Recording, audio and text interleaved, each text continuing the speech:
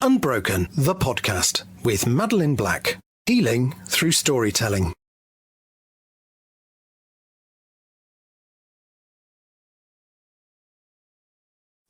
Hello and welcome to Unbroken, the podcast with me, Madeline Black, where I am speaking to incredible people that I have met along my journey, people that have faced traumas or tragedy but have bounced forward in life, and they're now making a difference for other people. And I really believe, in the power of sharing stories. And I think sometimes a story heard at the right time for somebody has the power to transform that person's life. And today, my guest is Emily Jacob. Emily is the founder of ReConnected Life. She's a survivor, a coach, and an NLP master practitioner who's using her skills and experience to help women overcome the trauma of rape and move past their past. Emily primarily works on a one-to-one with women who have been carrying their pain inside often for decades, sometimes since childhood. She is passionate about helping women live their full lives and go from surviving to thriving.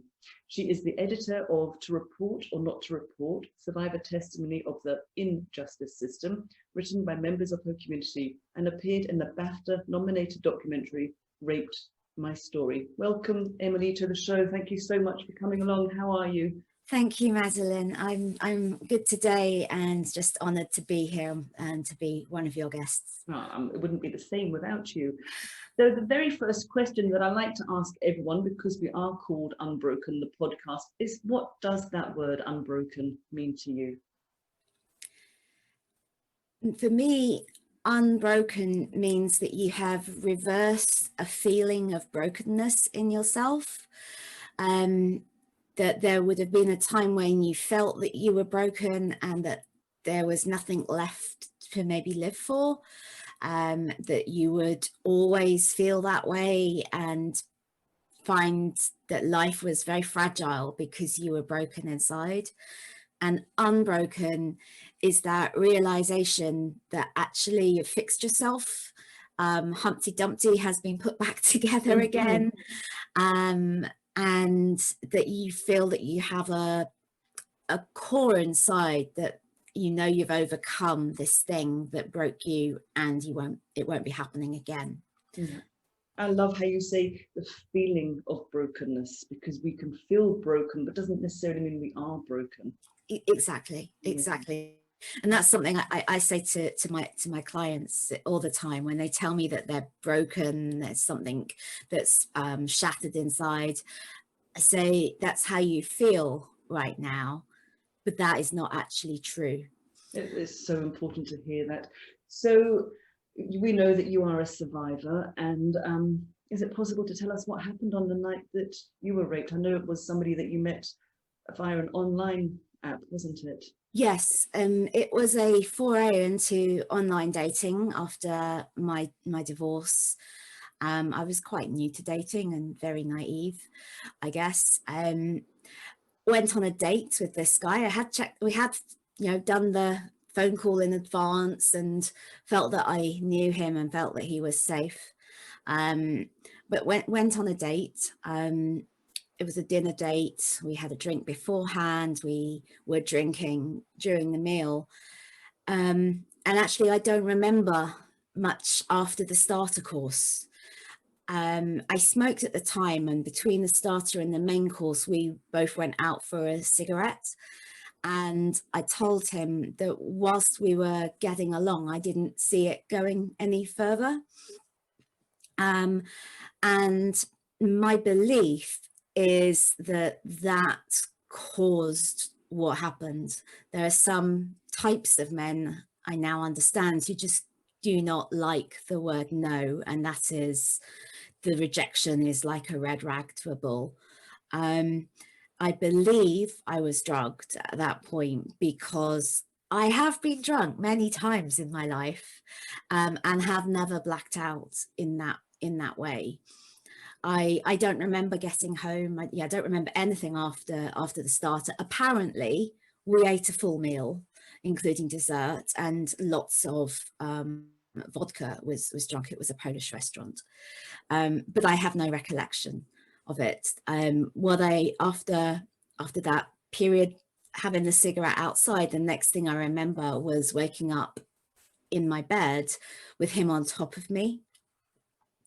One of the things that always strikes me as almost amusing, but really very odd, is I didn't say, "Get off, what are you doing?" What I said is, "You're not wearing a condom."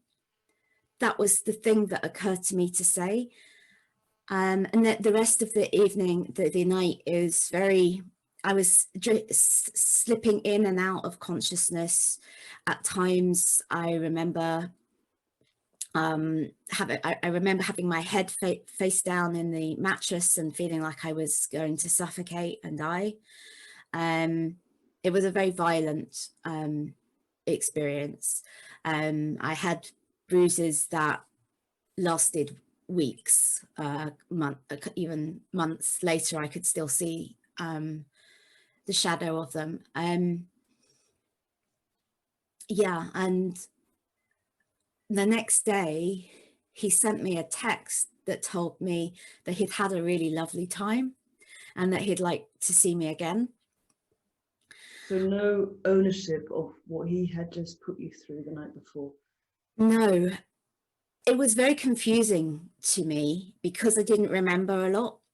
And that text really confused me.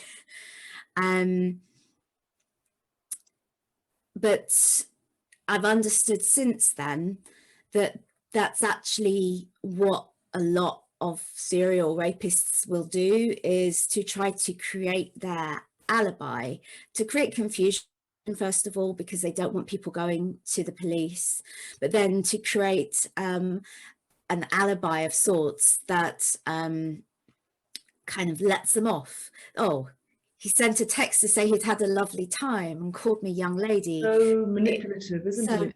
So very manipulative. And apparently he took photographs, which when I did report about a month later. I decided that I really had to I didn't believe at the time anything was going to happen, because I didn't believe the police would even believe me. But I felt that I ought to get it on record in case he did it again for someone else. Because you saw his profile on another dating app, didn't you? Yeah. A friend had come around and we'd been talking about it, and she'd said, oh, he might even be, because I'd got his profile taken down on the site that I had been on. I'd written to them, and he had either taken his page down or they had. But then, yeah, with this friend, we looked at a different dating site and found him under a slightly different username, but the same picture and the similar details, not the same details. So yeah, I went to the police and did all the video interview and everything. What surprised me and I felt refreshed at the time was the police seemed to believe me. Mm-hmm. But then they didn't seem to take the actions that they said they were going to do.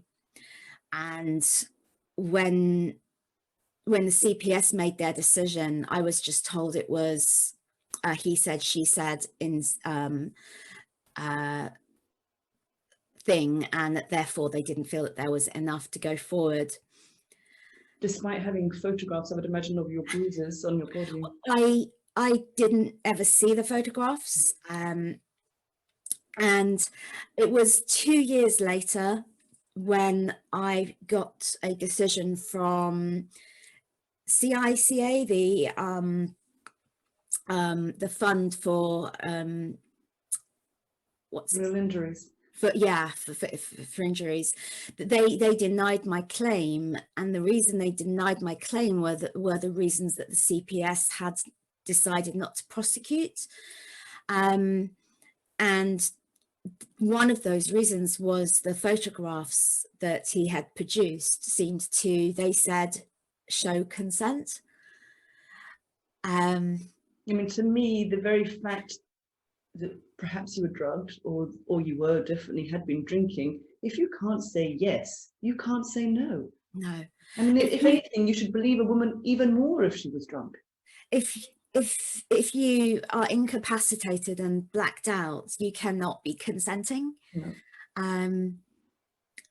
And they did have evidence of the amount of alcohol that had been paid for at the restaurant. Whoever had consumed it. So as I say, I've been drunk many times, but never blacked out in that sense, and never had memories creeping back in the same way.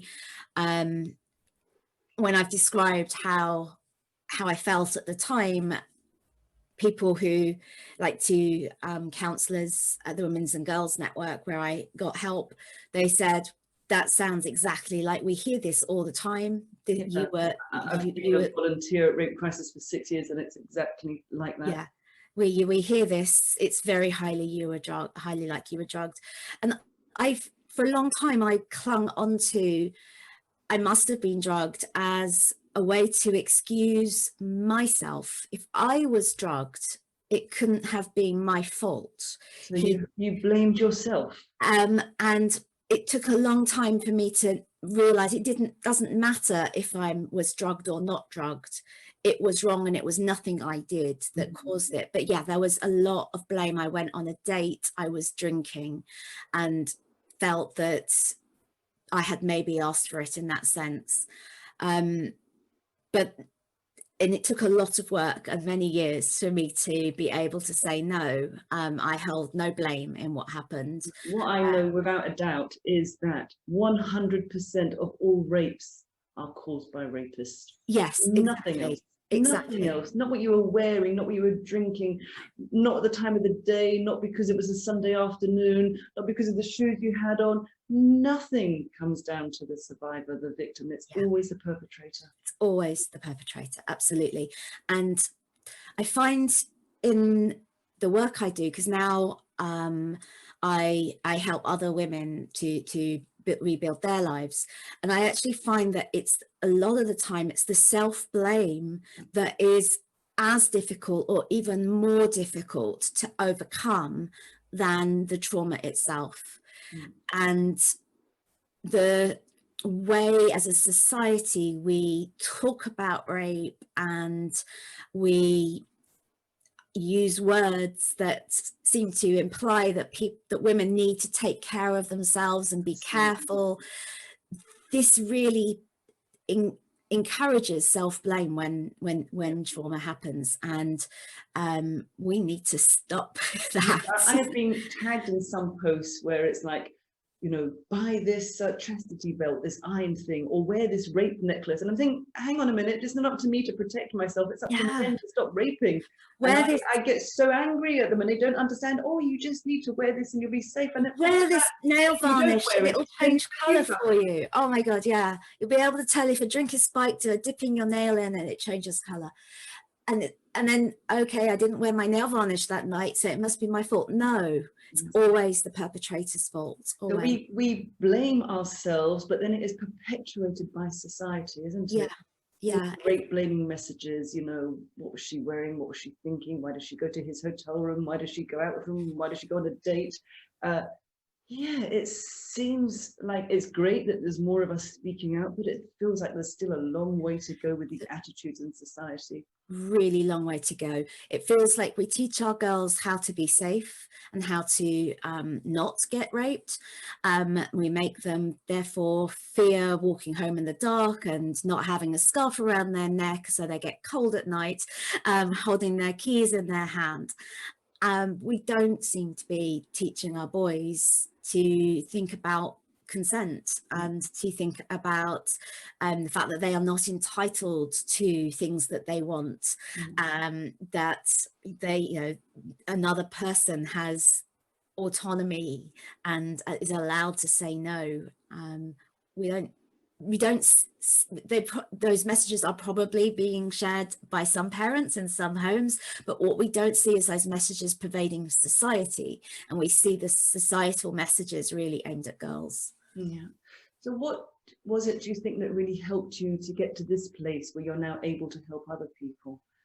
It's been a long journey, Madeline. It really And was. that's what I really like to emphasize for people that are listening. It's not an overnight fix. No. It is a process, isn't it? And it's Yeah. a messy process, this thing called healing, isn't it? It's not a straight path.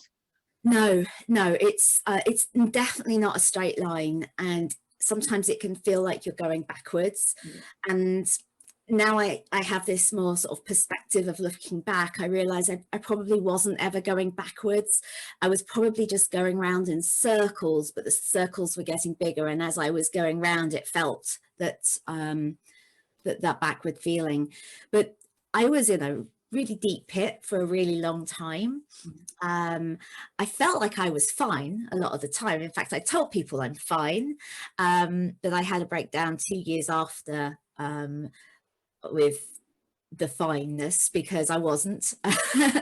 I'd been drinking too much and having too much casual sex just to prove that I could. And I was a sort of a high functioning PTSD, having 3 panic attacks before getting into work, working incredibly long hours, 12 to 14-hour days, sleeping when I could, crashing out for a whole day at the weekends, and trying not to let on that I was totally broken inside. I mean, there's many ways that a person can respond, but I think what you're describing is numbing out and avoiding, which is so common. Totally, absolutely numbed out and avoided. And denial as well, really, isn't it? It's only sometimes we wake up and go, that was rape.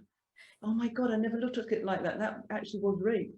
Yeah, I mean, I think I was, after the initial few weeks of questioning myself, I think I did accept that it was rape in my head, but I didn't want to accept that I was being affected by it, because I didn't want him to have that.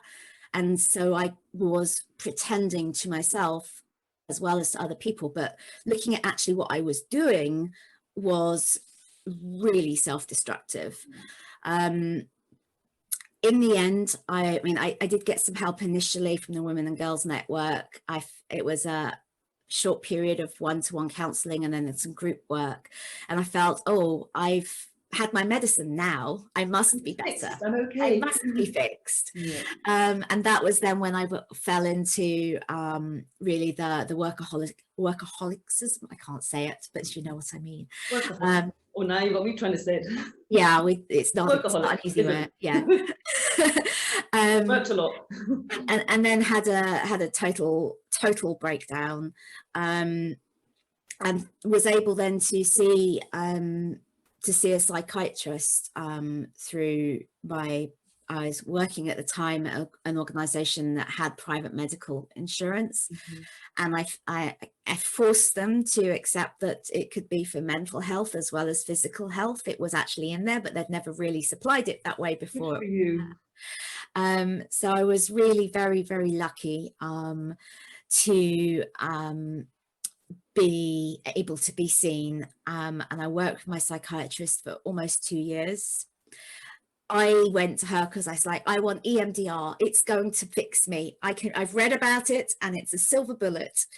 And God, EMDR is hell. But also, she wouldn't let me do it until I was much better, because it's hell to go because through. You're really looking right in at the trauma, and there's no escaping it. You're diving in, aren't you? And the protocol is you do it several times in the session. So it felt, when we got to that stage, it felt really counterintuitive to be willingly going into an office once a week to relive the worst moments of your life. It's absolutely, like I say, hellish experience. And yet it's the goodness in you that was pushing you to go there, the part of you that needed to heal. It's a real paradox, isn't it? I totally get it. I used to feel sick at the very thought of going to therapy, but it was always something drove me to go. Yeah. To clean up. At the beginning of the therapy, I didn't really want to be there. There was a big part of me that was very rebellious and childish about this healing thing, and cross with the part of me that was pushing to find a way through. And I remember my psychiatrist said to me, Emily, if you do not do the work outside the sessions, you're just going to carry on the way you are. It doesn't matter how good I am. You need to do the work outside the sessions, because I'm seeing you for an hour and a half in the week.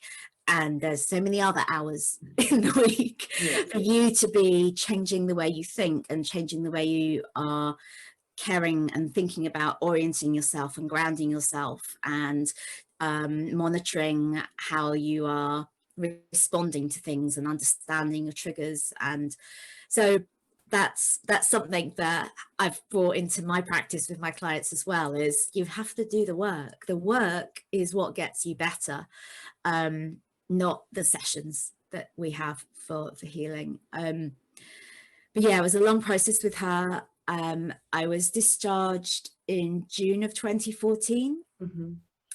And I didn't trust it.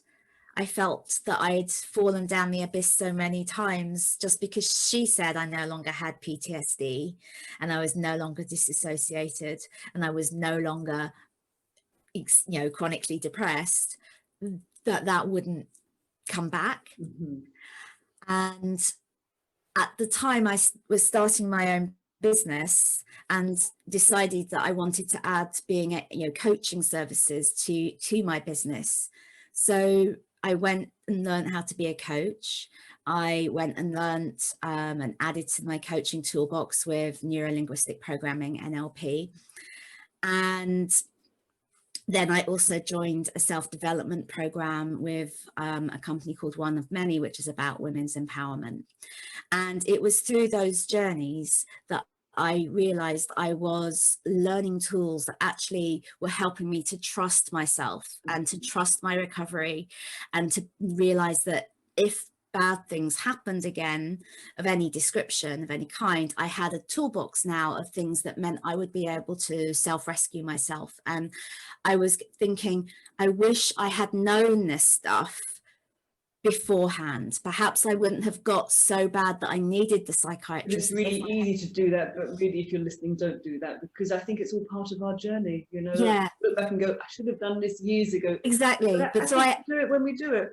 But because I wished I'd known it before, that's why I decided I wanted to create ReConnected Life, to be able to give the tools to people earlier. I love the title, because it is, isn't it, about reconnecting back into ourselves to give us life, so that we can live again. Because people assume, how do I ever get past that? So if that happened to me, I'd always be terrified, I'd never get past that. But you totally can, and you can reconnect. To me, it's like pieces of you disappear, and it's pulling all those pieces back in to integrate it all together. Yeah, it's integrating all the fragments of self and pulling them into us, and feeling secure and at peace inside with ourselves. That's the key. When we can trust that we can keep ourselves steady, that's when we can feel really reconnected, and not broken. I like to think of it as that we're surfers. We just have to become better surfers. Absolutely. Sometimes I fall off my surfboard, but it's okay. You can get back on and just learn to surf again, or learn to sail your boat again. And you say that because I fell off my surfboard a few years back, 3 years back almost. I was diagnosed with MS, and I'd already been teaching with ReConnected Life, and I found myself in an abyss again. And I was like, how can I be, when I am the founder of ReConnected Life, how can I be in an abyss again? And it was because I hadn't been doing the work. I hadn't got the strong foundation. I'd forgotten to carry on my daily rituals. You became a little bit complacent. Is that what you're saying? Being a bit complacent. And what's been amazing is that continuing with the things that I teach and doing them for myself has meant that I can still stay stable, even on days when I have terrible chronic pain flares, or feel that the MS is taking hold in a way I don't want it to. I've got the tools that mean I can come back into myself and be calm, be peaceful, and carry on doing the work I need to do with ReConnected Life. And you are very honest with your journey. I do obviously follow you on social media, and you will say when the days are bad and when the days are good. You don't hold back. And I think it's important to paint that authentic, honest picture, isn't it?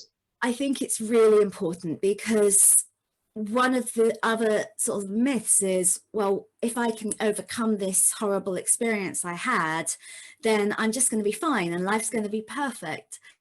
But the thing is, life isn't perfect. Life is difficult. It does throw up things like a pandemic and other trials and tribulations that we all experience in our personal lives. And I think as survivors, we can feel sometimes that we might be more fragile and more sensitive to those things when they happen, and they might feel like they hit us harder than maybe other people do. Like when you've had a broken ankle or sprained your ankle, it's always like your weak ankle and it's the one you trip up over.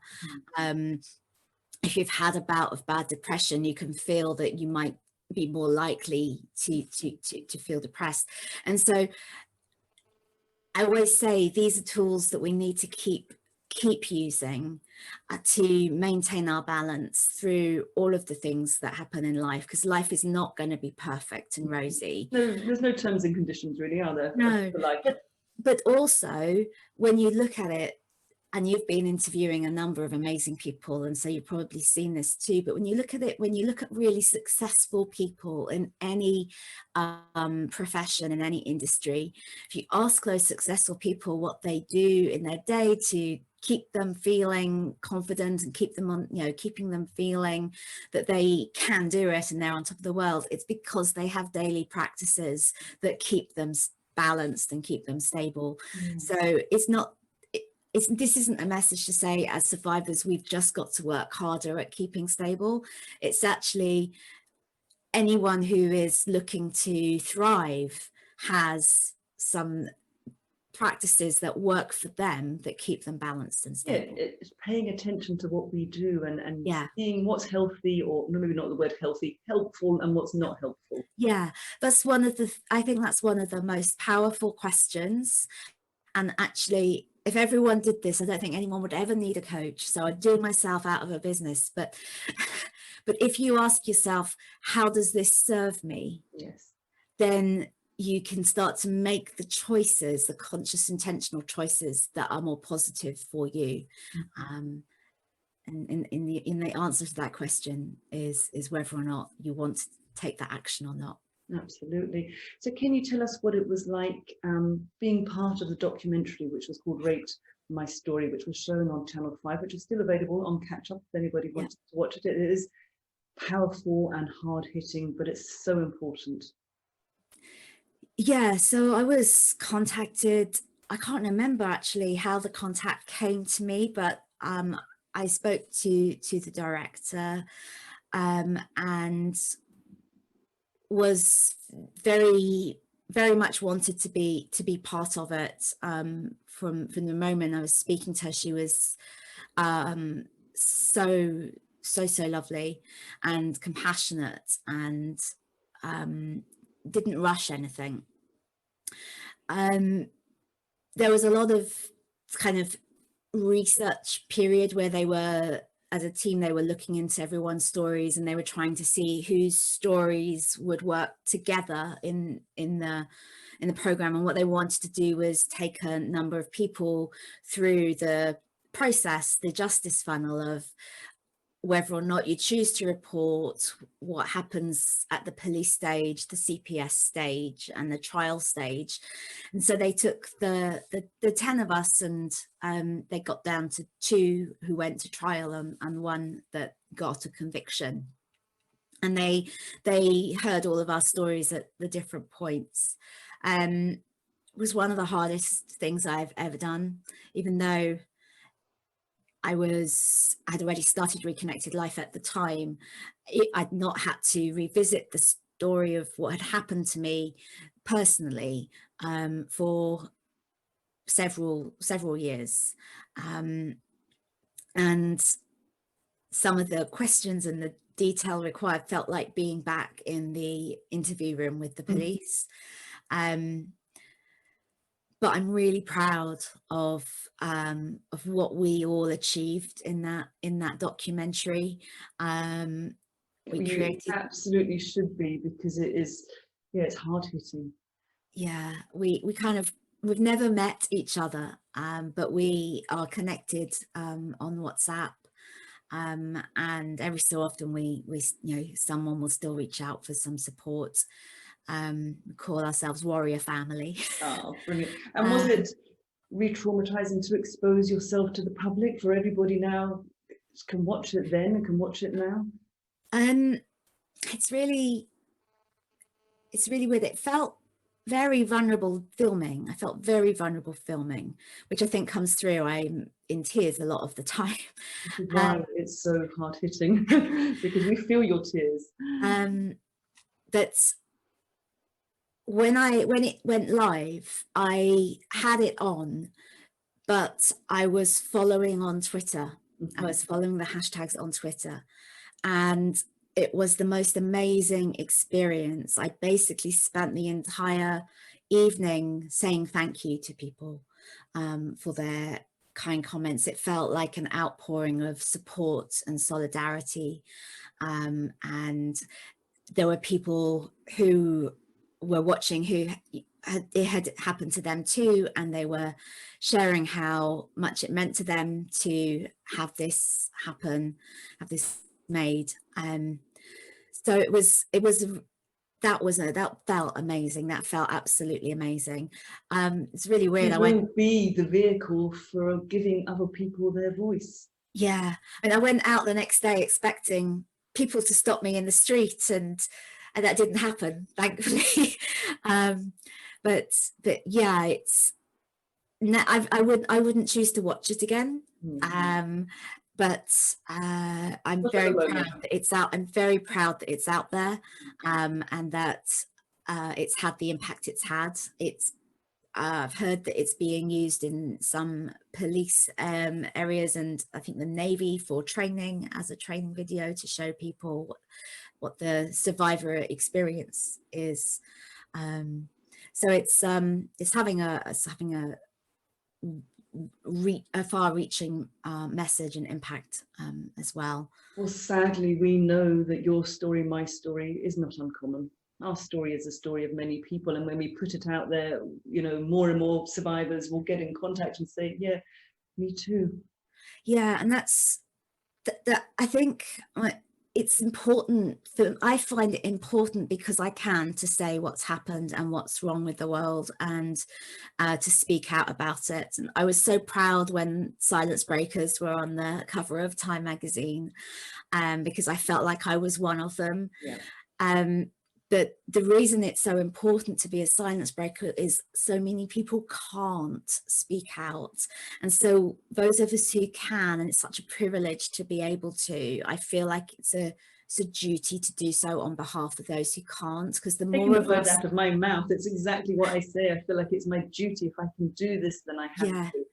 It's the more of us who can, the groundswell will rise. That's what's so powerful about Me Too and Time's Up, is it's starting to shift. Yeah. And one day it will be possible for anyone to say that they have been raped, and they will be believed. Yes. One day. And I really hope that one day rape is eradicated, because we've taught our boys about consent and entitlement.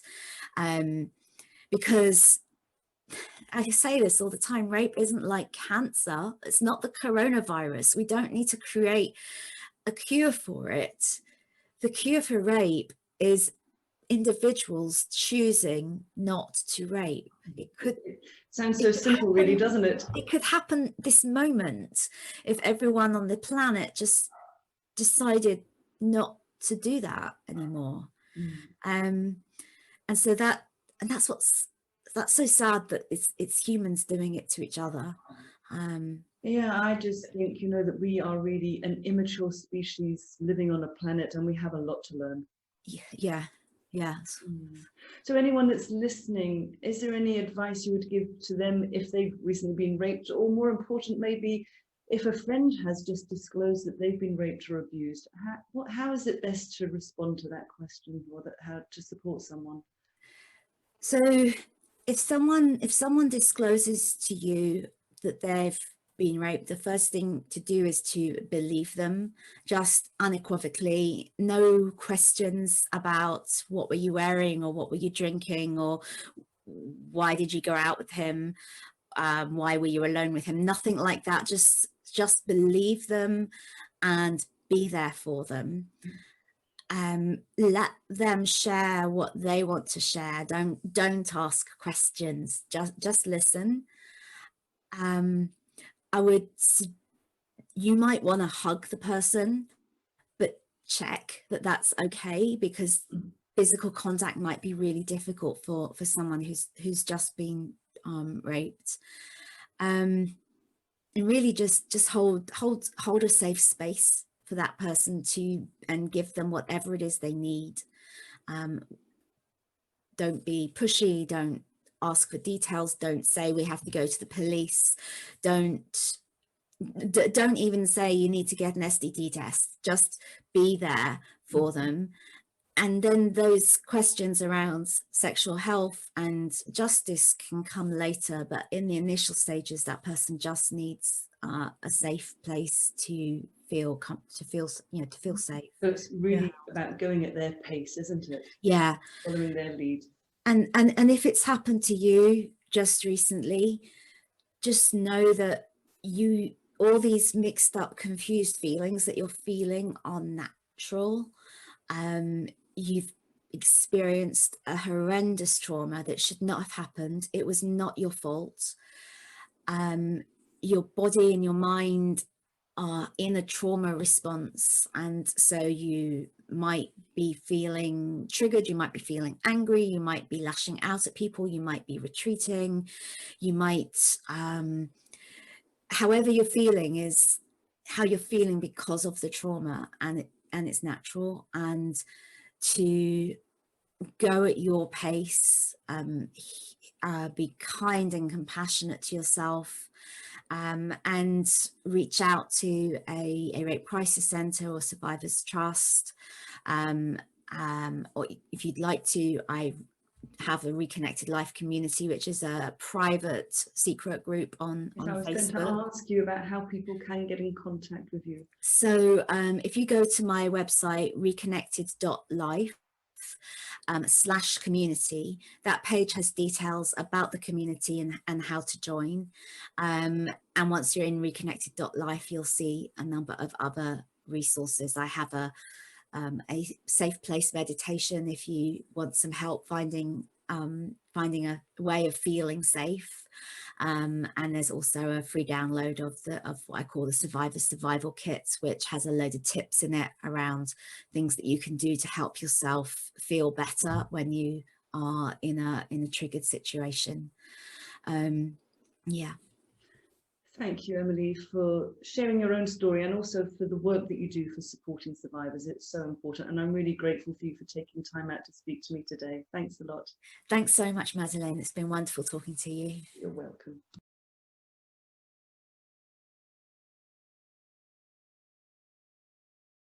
Unbroken, the podcast, with Madeleine Black, playing now on all the main platforms, including Apple Podcasts, Spotify, Stitcher for Android, Google Podcasts, Amazon Music, iHeartRadio, and here. Play Unbroken, the podcast, with Madeleine Black.